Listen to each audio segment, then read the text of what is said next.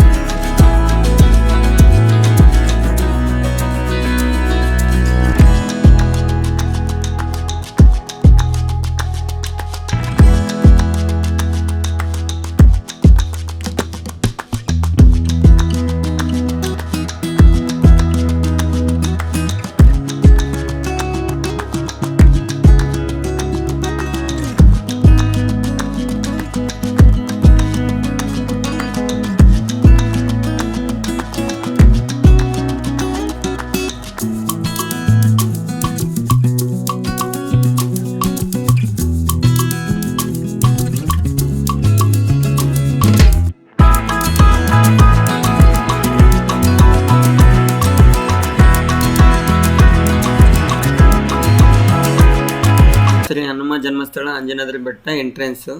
ಇಲ್ಲಿ ಬಾಲ ಆಂಜನೇಯನ ಬಗ್ಗೆ ಸ್ವಲ್ಪ ಉಪಯುಕ್ತ ಮಾಹಿತಿ ಇದೆ ಮತ್ತು ಅಂಜನಾದ್ರಿ ಪರ್ವತದ ಬಗ್ಗೆ ಸ್ವಲ್ಪ ಉಪಯುಕ್ತ ಮಾಹಿತಿ ಇದೆ. ನಾವು ಇವಾಗ ಒಳಗಡೆ ಹೋಗೋಣ.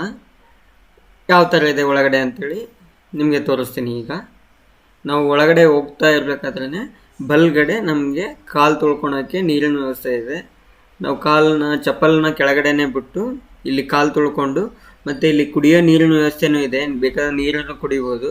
ಈಗ ಯಾವ ಥರ ನೋಡಿ ಜನಗಳು ಕಾಲು ತೊಳ್ಕೊತಿದ್ದಾರೆ. ಈ ಥರ ಕಾಲನ್ನ ತೊಳ್ಕೊಂಡು ನಾವು ಅಂಜನಾದ್ರಿ ಪರ್ವತನೇ ಹತ್ತಬೇಕು. ಅದಕ್ಕಿಂತ ಮುಂಚೆ ಇಲ್ಲಿ ಓಕೆ, ಇಲ್ಲಿ ಕೈ ಕಡೆ ತೋರಿಸು. ಇಲ್ಲಿ ಆಂಜನೇಯನ ಮೂರ್ತಿ ಇದೆ ಚಿಕ್ಕದು, ಮತ್ತು ರಾಮನ ಮೂರ್ತಿ ಇದೆ.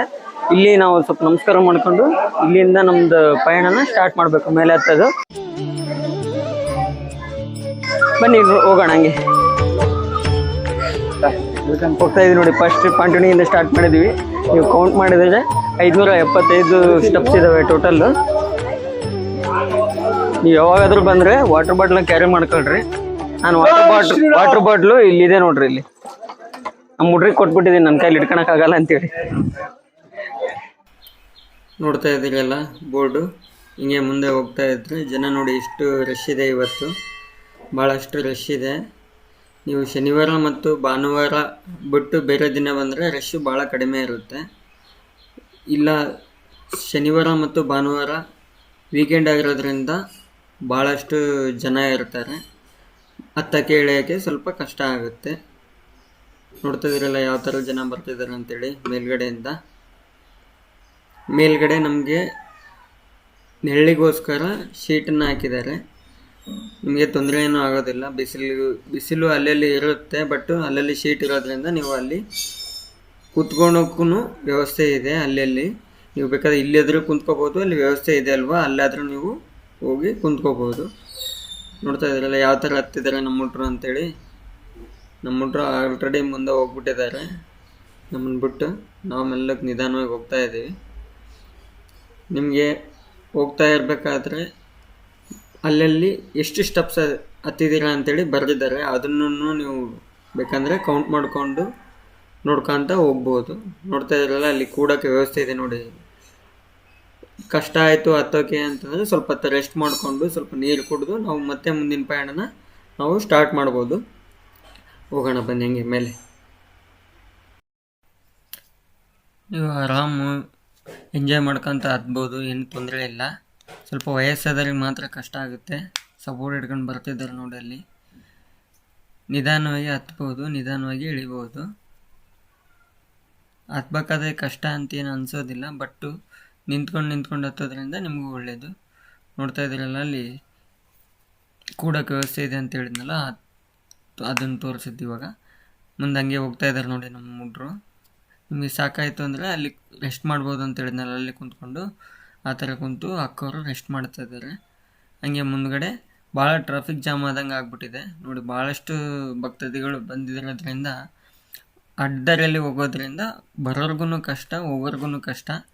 ನೋಡಿಕೊಂಡು ಎಡಗಡೆನೇ ಹೋದರೆ ಬರೋರ್ಗು ಅನುಕೂಲ ಆಗುತ್ತೆ. ನಾವು ಬೇಗ ಹೋಗ್ಬೋದು ಮೇಲೆ. ನೋಡ್ತಾ ಇದ್ರಲ್ಲ ಯಾವ ಥರ ಹೋಗ್ತಾ ಇದ್ದಾರೆ ಅಂಥೇಳಿ. ನಿಧಾನವಾಗಿ ತಾತನವರು ಮತ್ತು ಅಜ್ಜಿ ಮತ್ತು ಚಿಕ್ಕ ಮಕ್ಕಳು ಎಲ್ಲರೂ ಹೋಗ್ತಾ ಇದ್ದಾರೆ ಮತ್ತು ಬರ್ತಾ ಇದ್ದಾರೆ ನೋಡಿ. ಚಿಕ್ಕ ಮಕ್ಕಳಾದರೆ ಬೇಗ ಹತ್ಬಿಡ್ತಾರೆ. ವಯಸ್ಸಾದ್ರಿಗೆ ಸ್ವಲ್ಪ ಕಷ್ಟ ಆಗುತ್ತೆ. ಅಲ್ಲಲ್ಲಿ ಬೋರ್ಡ್ ಇದ್ದಾವೆ, ಅದನ್ನು ಓದ್ಕೊಂತ ಹತ್ಬೋದು. ಜೈ ಶ್ರೀರಾಮ ಅಂತೇಳಿ ಅನ್ಕೊಂಡು ಹತ್ತಿದ್ರೆ, ಹೇಳ್ಕೊತ ಹತ್ತಿದ್ರೆ ನಮಗೂ ಸ್ವಲ್ಪ ಎನರ್ಜಿ ಸಿಕ್ಕಂಗಾಗುತ್ತೆ ನೋಡಿ. ನಮ್ಮ ತಮ್ಮ ಯಾವ ಥರ ಹತ್ತಿದ್ದಾನೆ ಅಂಥೇಳಿ ನಿಧಾನವಾಗಿ ಅಲ್ಲಲ್ಲಿ ರೆಸ್ಟ್ ಮಾಡ್ತಾ ಇದ್ದಾರೆ ಭಕ್ತಾದಿಗಳು ನೋಡಿ. ಅಲ್ಲಿ ನನ್ನ ಗೆಳೆಯರು ಆಲ್ರೆಡಿ ನಮ್ಮನ್ನು ಬಿಟ್ಟು ಮುಂದೆ ಹೋಗಿದ್ದಾರೆ ಅಂತ ಹೇಳಿದ್ದಾರೆ. ಇಲ್ಲಿ ಸಿಕ್ಕಿದ್ದಾರೆ ನೋಡಿ. ಇವಾಗ ನಿಧಾನವಾಗಿ ಹತ್ತುತ್ತಾ ಇದ್ದಾರೆ ಆರಾಮ್ ನಕ್ಕಂತ ಖುಷಿಯಿಂದ. ಅವ್ರಿಗೂ ಕಷ್ಟ ಆಗ್ಬಿಟ್ಟಿದೆ, ಯಾಕಂದರೆ ಬರೋರಿಗೆ ಜಾಗ ಬಿಡಬೇಕಲ್ವಾ, ಹಾಗಾಗಿ ಭಾಳಷ್ಟು ವೇಟ್ ಮಾಡಬೇಕಾಗುತ್ತೆ. ಶನಿವಾರ ಭಾನುವಾರ ಆಗಿರೋದ್ರಿಂದ ಭಾಳ ರಶ್ ಇರುತ್ತೆ ಅನ್ನೋಲ್ಲ ನೋಡಿ. ಈಗ ಬಲಗಡೆ ಹೋಗೋದ್ರಿಂದ ಬರೋರ್ಗು ತೊಂದರೆ ಆಗುತ್ತೆ. ಹಂಗಾಗಿ ನಾವು ಎಡಗಡೆನೇ ಹೋದರೆ ಬಲಗಡೆಯಿಂದ ಬರೋರಿಗೆ ತೊಂದರೆ ಆಗೋದಿಲ್ಲ. ನೋಡ್ತಿದ್ರಲ್ಲ ಎಷ್ಟು ಜನ ಬರ್ತಾ ಇದ್ದಾರೆ ಅಂತೇಳಿ. ಇದು ಈಗ ನಾವು ಅರ್ಧ ದಾರಿಗೆ ಬಂದಿದ್ದೀವಿ. ಈಗ ಅರ್ಧ ದಾರಿಗೆ ಬಂದ ಮೇಲೆ ಯಾವ ಥರ ವ್ಯೂ ಕಾಣ್ತಾಯಿದೆ ಅಂತ ನೋಡಿ. ಅಲ್ಲಿ ಹಂಪಿ ಮತ್ತು ರಿವರ್ ಕಾಣ್ತಾ ಇದೆ, ಮತ್ತು ಮಾತಂಗ ಪರ್ವತ ಬೆಟ್ಟ ಕಾಣ್ತಾ ಇದೆ. ಎಲ್ಲ ಕಾಣುತ್ತೆ, ಚೆನ್ನಾಗಿ ನೇಚರ್ ಕಾಣುತ್ತೆ. ಮತ್ತು ನಾವು ಈಗ ನಾವು ಇಲ್ಲಿಗೆ ಅರ್ಧ ದಾರಿಗೆ ಬಂದಿದ್ದೀವಿ. ನೋಡ್ತಾ ಇದ್ರಲ್ಲ ಅಲ್ಲಿ ಜನ ಕಾಣ್ತಿದ್ದಾರೆ. ಅಲ್ಲಿ ಕೆಳಗಿಂದ ನಾವು ಅರ್ಧ ದಾರಿವರೆಗೂ ನಾವು ಇವಾಗ ತಲುಪಿದ್ದೀವಿ. ನಾವು ನಡುಕಿಂದ ವ್ಯೂನ ನಾವು ಎಂಜಾಯ್ ಮಾಡ್ಬೋದು. ನೋಡ್ತಾ ಇದ್ದೀರಲ್ಲ ಯಾವ ಥರ ಎಂಜಾಯ್ ಮಾಡ್ತಿದ್ದಾರೆ ಅಂತೇಳಿ ಎಲ್ಲರೂ. ಮತ್ತು ಮೇಲ್ಗಡೆ ಆಂಜನೇಯಂದು ಗರ್ಭಗುಡಿ ಕಾಣ್ತಾ ಇದೆ ನೋಡಿ. ಅಲ್ಲಿ ಮೇಲ್ಗಡೆ ಅಲ್ಲಿ ಇರೋದು ಗರ್ಭಗುಡಿ ಆಂಜನೇಯಂದು ಬೆಟ್ಟದ ಮೇಲೆ. ನಾವು ನಿಧಾನವಾಗಿ ಹೋಗ್ತಾ ಇದ್ದೀವಿ. ಅರ್ಧ ದಾರಿನ ಮುಟ್ಟಿ ಈಗ ಮುಂದಕ್ಕೆ ಜೈ ಶ್ರೀರಾಮ್ ಅಂತ ಅಂದ್ಕೊಂಡು ಹೋಗೋಣ.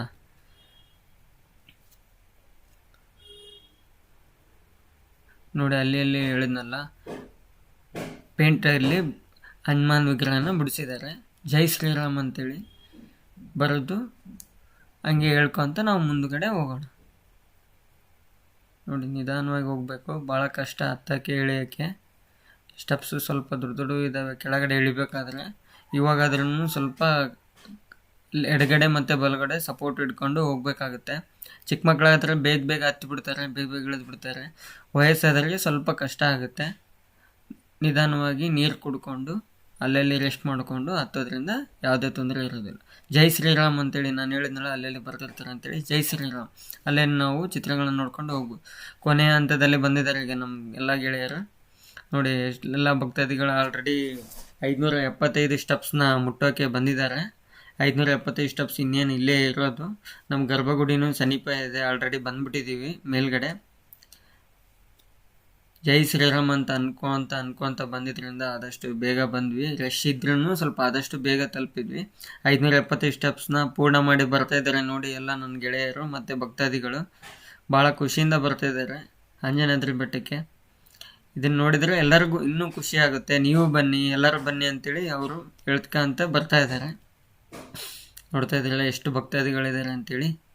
ಮೇಲ್ಗಡೆಯಿಂದ ವ್ಯೂನು ಯಾವ ಥರ ಕಾಣುತ್ತೆ ಅಂತ ನೋಡ್ತಾ ಇದ್ದೀರಲ್ಲ, ಅಲ್ಲಿದೆ ನೋಡಿ ಗರ್ಭಗುಡಿ. ಜೈ ಶ್ರೀರಾಮ್ ಅಂತ ಅಂದ್ಕೊಳ್ಬೇಕು, ಹಂಗೆ ಕ್ಯೂ ಅಲ್ಲಿ ನಿಂತ್ಕೊಂಡು ಹೋಗಬೇಕು.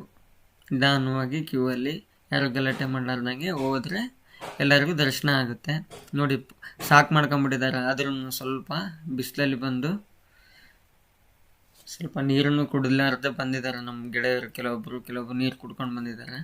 ನೋಡ್ತಾ ಇದ್ರಲ್ಲ ಯಾವ ಥರ ಜನ ಭಕ್ತಾದಿಗಳು ಬರ್ತಿದ್ದಾರೆ ಅಂತೇಳಿ. ಕೆಳಗಿಂದ 575 ಸ್ಟೆಪ್ಸ್ ಮುಟ್ಟಿ ಬರ್ತಾ ಇದ್ದಾರೆ. ಈಗ ನಾವು ಕ್ಯೂ ಅಲ್ಲಿ ಆಂಜನೇಯನ ದರ್ಶನ ಮಾಡೋಕ್ಕೆ ಹೋಗ್ತಾ ಇದ್ದೀವಿ. ನೋಡಿ ಇವಾಗ ಯಾವ ಥರ ಜನ ಇದ್ದಾರೆ ಅಂತೇಳಿ ಕ್ಯೂ ಅಲ್ಲಿ. ಇವರೆಲ್ಲ ಮೇಲೆ ಬರ್ತಿರೋರು. ಈಗ ನಾವು ಕ್ಯೂ ಅಲ್ಲಿ ನಿಂತಿದ್ದೀವಿ. ಕ್ಯೂ ಅಲ್ಲಿ ನಿಂತ್ಕೊಂಡು ಬಲ್ಗಡೆ ವ್ಯೂನ ನೋಡ್ತಾ ಇದ್ದೀವಿ. ಈಗ ಕೆಳಗಡೆಯಿಂದ ಯಾವ ಥರ ಇದೆ ಅಂತೇಳಿ. ಅಲ್ಲಿಂದ ನಾವು ಈಗ ಮೇಲೆ ಹತ್ತಿ ಬಂದಿದ್ದೀವಿ. ನೋಡ್ತಾ ಇದ್ದೀರಲ್ಲ ಅಲ್ಲಿ ಕೆಳಗಡೆ, ಅದು ಅಲ್ಲಿಂದ ಇಲ್ಲಿವರೆಗೂ 575 ಪಾಟುಣಿ ಹತ್ತಿ ಮೇಲ್ಗಡೆ ಬಂದಿದ್ದೀವಿ. ನೋಡಿ ಈ ಥರ ಇದೆ ಜನ ಸಂಖ್ಯೆ. ಭಾಳ ರಶ್ ಇರುತ್ತೆ. ನಿಧಾನವಾಗಿ ದರ್ಶನ ಮಾಡ್ಕೋಬೋದು ಆಂಜನೇಯಂದು. ನೋಡಿ ನಮ್ಮ ಗೆಳೆಯರೆಲ್ಲ ಹಿಂದೆ ನಿಂತಿದ್ದಾರೆ, ಭಕ್ತಾದಿಗಳು ನಿಂತಿದ್ದಾರೆ. ಮುಂದ್ಗಡೆ ಧ್ವಜಸ್ತಂಭ ಇದೆ ಮತ್ತು ಜೆಂಡಗಳು ಇದಾವೆ, ಅಲ್ಲಲ್ಲಿ ಗಂಟೆನೂ ಇದೆ. ಜೈ ಶ್ರೀರಾಮ್, ಜೈ ಶ್ರೀರಾಮ್, ಜೈ ಶ್ರೀರಾಮ್, ಜೈ ಶ್ರೀರಾಮ್, ಜೈ ಶ್ರೀರಾಮ್, ಜೈ ಶ್ರೀರಾಮ್, ಜೈ ಶ್ರೀರಾಮ್, ಜೈ ಶ್ರೀರಾಮ್, ಜೈ ಶ್ರೀರಾಮ್. ನೋಡ್ತಾ ಇದ್ರಲ್ಲ ಎಲ್ಲರೂ ಸಾಲಲ್ಲಿ ಯಾವ ಥರ ದರ್ಶನ ಮಾಡೋಕ್ಕೆ ನಿಂತಿದ್ದಾರೆ ಅಂತೇಳಿ. ಮಂಗಳಾರತಿ ಏನಾದರೂ ಮಾಡಿಸೋಂಗಿದ್ರೆ ನೀವು ಮಾಡಿಸ್ಬೋದು. ಉದ್ಭವ ಮೂರ್ತಿ ಒಳಗಡೆ ಶ್ರೀ ಆಂಜನೇಯ ಕಾಣ್ತಾ ಇದ್ದಾನೆ, ನೋಡ್ತಾ ಇದ್ದೀರಾ. ನಿಧಾನವಾಗಿ ಕ್ಯೂ ಅಲ್ಲಿ ನಿಂತ್ಕೊಂಡು ದರ್ಶನ ಮಾಡ್ಕೋಬೋದು. ಇಲ್ಲೆಲ್ಲ ಫೋಟೋ ತೆಗೆಯೋದು ನಿಷೇಧ ಇದೆ.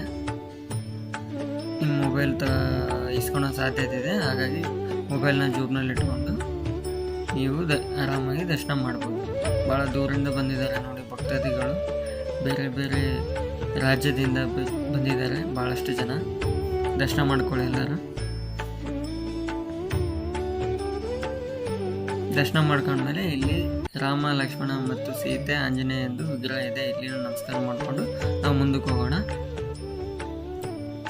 ನೋಡ್ತಾ ಇದ್ದೀರಲ್ಲ ಯಾವ ಥರ ಇದೆ ಜನ ಭಕ್ತಾದಿಗಳು.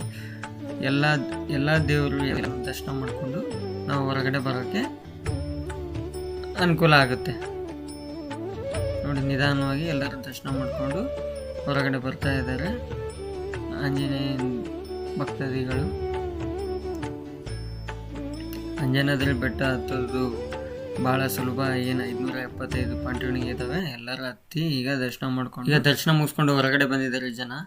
ನೋಡುತ್ತಾ ಇದ್ದೀರಲ್ಲ ಅಂಜನಾದ್ರಿ ಪಿರಮಿಡ್ ಕೆಂಪು ಮತ್ತು ಬಿಳಿ ಬಣ್ಣದಿಂದ ಯಾವ ಥರ ಕಂಗೊಳಿಸ್ತಿದೆ ಅಂತೇಳಿ. ಇದು ನಮ್ಮ ಅಂಜನಾದ್ರಿ ಬೆಟ್ಟ 600 ಮೀಟರ್ ಸಿ ಲೆವೆಲಿಂದ ಎತ್ತರದಲ್ಲಿದೆ ಮತ್ತು 570 ಸ್ಟೆಪ್ಸ್ ಇದ್ದಾವೆ. ಆಲ್ರೆಡಿ ನಾವು ನೋಡ್ಕೊಂಡು ಬಂದ ಹಾಗೆ ಇಲ್ಲಿ ಭಾಳಷ್ಟು ಪ್ರವಾಸಿಗರು ಬರ್ತಾ ಇರ್ತಾರೆ, ಹೋಗ್ತಾ ಇರ್ತಾರೆ. ನೋಡ್ತಾ ಇದ್ದೀರಲ್ಲ. ಹಾಗೆ ನಮಗೆ ಇಲ್ಲಿ ಗೋಪುರನೂ ಯಾವ ಥರ ಕಾಣ್ತಿದೆ ನೋಡಿ. ಇಲ್ಲಿ ಅಂಜನಾದ್ರಿ ಗೋಪುರ ಹನುಮಾನ್ದು. ಮತ್ತು ಇಲ್ಲಿ ನಮಗೆ ಕುಡಿಯೋ ನೀರಿನ ವ್ಯವಸ್ಥೆ ಕೂಡ ಇದೆ. ನೋಡ್ತಾ ಇದ್ದೀರಲ್ಲ, ಅಲ್ಲಿ ನಾವು ನೋಡ್ತಾ ಇದ್ದೀವಿ ಭಕ್ತಾದಿಗಳು ನೀರು ಕುಡಿತಿದ್ದಾರೆ. ಮತ್ತು ಅಲ್ಲಿ ಪ್ರಸಾದದ ವ್ಯವಸ್ಥೆನೂ ಇದೆ. ಅಲ್ಲಿ ಪ್ರತಿದಿನ ಮಧ್ಯಾಹ್ನ 1 ಗಂಟೆಗೆ ಭಾಳಷ್ಟು ಭಕ್ತಾದಿಗಳು ಬರ್ತಿರ್ತಾರೆ. ಮುಂದುಗಡೆ ನೋಡ್ತಿರಲ್ಲ ಧ್ವಜಸ್ತಂಭ. ಮತ್ತು ನಾವು ಇಲ್ಲಿಂದ ಒಳಗಡೆ ದರ್ಶನ ಮಾಡೋಕ್ಕೆ ಹೋದ್ವಿ, ಅವಾಗಲೇ ನೋಡ್ದಂಗೆ ನೀವು. ಈಗ ಇಲ್ಲಿ ಶ್ರೀ ಆಂಜನೇಯ ದೇವಸ್ಥಾನ, ಅಂಜನಾದ್ರಿ ಬೆಟ್ಟ. ಈಗ ಮೇಲಿಂದ ನಾವು ಎಲ್ಲ ವ್ಯೂನ ನೋಡ್ಬೋದು. ಜೈ ಶ್ರೀರಾಮ್ ನೋಡಿ, ಜೈ ಶ್ರೀರಾಮ್ ಯಾವ ಥರ ಅಲ್ಲಿ ಇದು ಮಾಡಿದ್ದಾರೆ ಅಂತೇಳಿ ಚಿತ್ರವನ್ನು ಬಿಡಿಸಿದ್ದಾರೆ. ನಾನು ಹೇಳಿದ್ನೆಲ್ಲ ಪ್ರಸಾದ ನಿಲಯ ಅಂತೇಳಿ, ಇದೇ ಪ್ರಸಾದ ನಿಲಯ. ನಿಮಗೆ ಮಧ್ಯಾಹ್ನ ಅಕಸ್ಮಾತ್ ಬಂದಿದ್ರೆ ನಿಮಗೆ ಪ್ರಸಾದ ಕೂಡ ಮಾಡಿಕೊಂಡು ಹೋಗ್ಬೋದು. ನೋಡ್ತಾ ಇದ್ರಲ್ಲ, ಅಲ್ಲಿ ಕೈ ತೊಳ್ಕೊಂಡು ಇಲ್ಲಿ ಪ್ರಸಾದ ಮಾಡ್ಕೊಂಡು ಹೋಗೋ ಕೂಡ ವ್ಯವಸ್ಥೆ ಇದೆ. ಅಲ್ಲಿ ಕೈ ತೊಳ್ಕೊಳಕ್ಕೆ ನಳದ ವ್ಯವಸ್ಥೆನೂ ಇದೆ, ನೀರಿನ ವ್ಯವಸ್ಥೆ, ಕೆಳಗಡೆಯಿಂದ ನೀರಿನ ವ್ಯವಸ್ಥೆನ ಮಾಡ್ಕೊಂಡ್ಬಂದಿದ್ದಾರೆ. ಮತ್ತು ಪ್ರವಾಸಿಗರಿಗೆ ಹಂಪಿ ಮತ್ತು ಮತ್ತಿತರ ಪರ್ವತಗಳನ್ನು ನೋಡೋಕ್ಕೆ ಅಲ್ಲಿಂದ ವ್ಯವಸ್ಥೆನೂ ಇದೆ. ನೋಡಿ ಯಾವ ಥರ ಜನ ಇದ್ದಾರೆ ಅಂತ. ಅಲ್ಲೆಲ್ಲಿ ಚಿತ್ರಗಳನ್ನು ಬಿಡಿಸಿದ್ದಾರೆ, ರಾಮಂದು, ಲಕ್ಷ್ಮಣ, ಸೀತೆ. ನಮಸ್ಕಾರ. ಇವತ್ತು ನಾವು ಅಂಜನಾದ್ರಿ ಬೆಟ್ಟನ ಸಕ್ಸಸ್ಫುಲ್ಲಿ 575 ಸ್ಟೆಪ್ಸ್ನ ಹತ್ಕೊಂಡು ಮೇಲೆ ಬಂದಿದ್ದೀವಿ. ನೋಡ್ತಾ ಇದ್ದೀರಲ್ಲ ಎಷ್ಟು ಜನ ಇದ್ದಾರೆ ಅಂತೇಳಿ, ಸುತ್ತಮುತ್ತ ಕಾಣ್ತಿದ್ದಾರ ಎಲ್ಲ. ನೋಡ್ತಾ ಇದ್ದೀರಲ್ಲ ಯಾವ ಥರ ಜನ ಭಕ್ತ ಸಾಗರ ಇದೆ ಅಂತೇಳಿ. ಮತ್ತು ನಮಗೆ ಸ್ನೇಹಿತರು ಕೂಡ ಅಲ್ಲಿ ರೆಸ್ಟ್ ಮಾಡ್ತಾ ಇದ್ದಾರೆ. ಆಗಲ್ಲಿ ಪ್ರವಾಸಿಗರು ವ್ಯೂನ ಎಂಜಾಯ್ ಮಾಡ್ತಾ ಇದ್ದಾರೆ. ನೋಡಿ ಯಾವ ಥರ ರೆಸ್ಟ್ ಮಾಡ್ತಾ ಇದ್ದಾರೆ ಅಂತೇಳಿ ನನ್ನ ಗೆಳೆಯರು.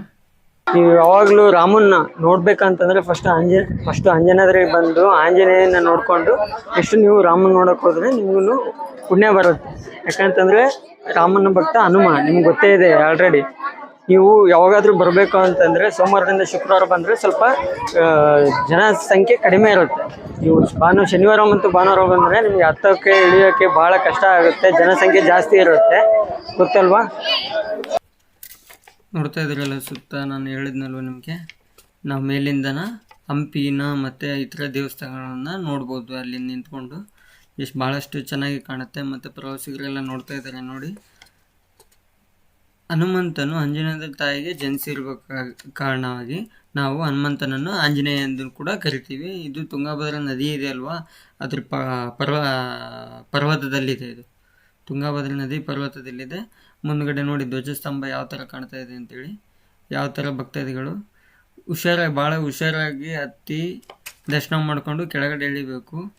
ಬೇರೆ ಯಾವುದೋ ಇತರ ಚಟುವಟಿಕೆಯನ್ನು ಮಾಡೋಕ್ಕೆ ಹೋದರೆ ನಿಮಗೆ ತೊಂದರೆ ಆಗುತ್ತೆ, ಪ್ರಾಣ ಕಳ್ಕೊಳ್ಳೋ ಚಾನ್ಸಸ್ ಭಾಳ ಇರುತ್ತೆ.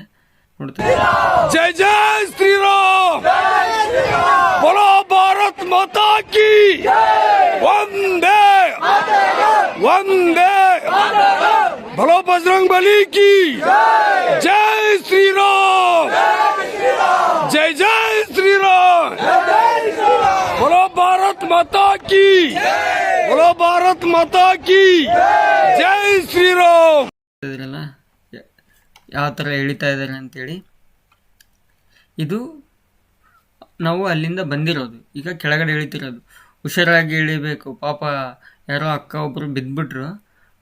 ಪಾಂಟುಣಿಗಳು ಸ್ವಲ್ಪ ಎತ್ತರದಲ್ಲಿ ಇರೋದ್ರಿಂದ ಇಲ್ಲಿ ಕೆಳಗಡೆ ಅಕ್ಕಪಕ್ಕದಲ್ಲಿ ಕೆಳಗಡೆ ಇಳಿಬೇಕಾದ್ರೆ ಹಿಡ್ಕೊಳೋಕ್ಕೆ ಸಪೋರ್ಟೂ ಇಲ್ಲ. ಭಾಳ ಹುಷಾರಾಗಿ ನೋಡಿಕೊಂಡು ಇಳಿಬೇಕು. ನೋಡಿ ಯಾವ ಥರ ಇಳಿತಿದ್ದಾರೆ ಅಂತೇಳಿ ಭಕ್ತಾದಿಗಳು.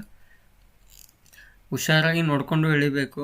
ಸ್ವಲ್ಪ ಎತ್ತರದಲ್ಲಿ ಇರೋದ್ರಿಂದ ಸ್ಟೆಪ್ಸು. ಮತ್ತು ವ್ಯೂನ ನಾವು ಯಾವ ಥರ ವ್ಯೂ ಕಾಣುತ್ತೆ ಅಂತಲೂ ನೋಡ್ಕೊತ ಇಳಿಬೋದು. ಮುಂದ್ಗಡೆ ಭಾಳಷ್ಟು ಜನ ಬರೋದ್ರಿಂದ ನಾವೀಗ ಹಿಂದ್ಗಡೆ ಬಿಡ್ತಾ ಇದ್ದಾರೆ, ಮುಂದ್ಗಡೆ ವಾಪಸ್ ಬಿಡ್ತಿಲ್ಲ. ನಾವು ಕೆಳಗಡೆ ಇಳಿದ್ಮೇಲೆ ಅಲ್ಲಿ ನಮ್ಗೆ ಏನಾದರೂ ತಣ್ಣಗೆ ಕುಡಿಬೇಕಂದ್ರೆ ಸೋಡಾ, ಕಬ್ಬಿನ ಹಾಲು, ಮತ್ತು ಹನುಮಾನ್ ವಿಗ್ರಹ ಮತ್ತು ಕೊಳ್ಳಲ್ಲಿ ಹಾಕೋಣಕ್ಕೆ, ಕೈಯಲ್ಲಿ ಹಾಕೋಣಕ್ಕೆ ದಾರಗಳು ಎಲ್ಲ ಸಿಗುತ್ತೆ ನಿಮಗೆ. ಭಕ್ತಾದಿಗಳೇನಾದರೂ ಬೇಕಾದರೆ ತೊಗೊಂಡು ಹೋಗ್ಬೋದು. ಈಗ ನಾವು ಕೆಳಗಡೆ ಇಳಿತಾ ಇದ್ದೀವಲ್ವ, ಇಲ್ಲಿಂದ ಸುಮಾರು ಒಂದು 600ರಿಂದ 700 ಮೀಟ್ರು ಮುಂದ್ಗಡೆ ಬರಬೇಕು. ರೋಡಿಗೆ ಬರಬೇಕು ಅಂತಂದರೆ ಆಟೋ ಇದೆ, ಆಟೋದಲ್ಲಿ ಬೇಕಾದರೂ ನಾವು ಮುಂದಕ್ಕೆ ಹೋಗ್ಬೋದು. ಇಲ್ಲ ನಾವು ನಡ್ಕೊಂಡು ಹೋಗ್ತೀವಿ ಅಂತಂದರೆ ನಡ್ಕೊಂಡು ಆದ್ರೂ ಹೋಗ್ಬೋದು 700 ಮೀಟ್ರ್ ಮುಂದ್ಗಡೆ ತಲುಪಕ್ಕೆ. ನೋಡ್ತಾ ಇದ್ರಲ್ಲ ಕೆಳಗಿಂದ ಯಾವ ಥರ ಕಾಣ್ತಾ ಇದೆ ಅಂತೇಳಿ. ದೇವಸ್ಥಾನ ತೋರಿಸಿದೆ ಆವಾಗಲೇ ನಿಮಗೆ. ಈಗ ನಮ್ಮ ಗೆಳೆಯರೆಲ್ಲ ಸಾಕು ಮಾಡ್ಕೊಂಬಿಟ್ಟಿದ್ದಾರೆ ನೋಡಿ. ಯಾವ ಥರ ಬಿಸಿಲಲ್ಲಿ ನಡ್ಕೊಂಡು ಹೋಗ್ತಾಯಿದ್ದಾರೆ. ಚಿಕ್ಕ ಮಕ್ಕಳು ಮತ್ತು ದೊಡ್ಡವರು, ವಯಸ್ಸಾದವರು ಎಲ್ಲರೂ ಹೋಗ್ತಾ ಇದ್ದಾರೆ. ನೋಡ್ತಾ ಇದ್ದೀರಲ್ಲ.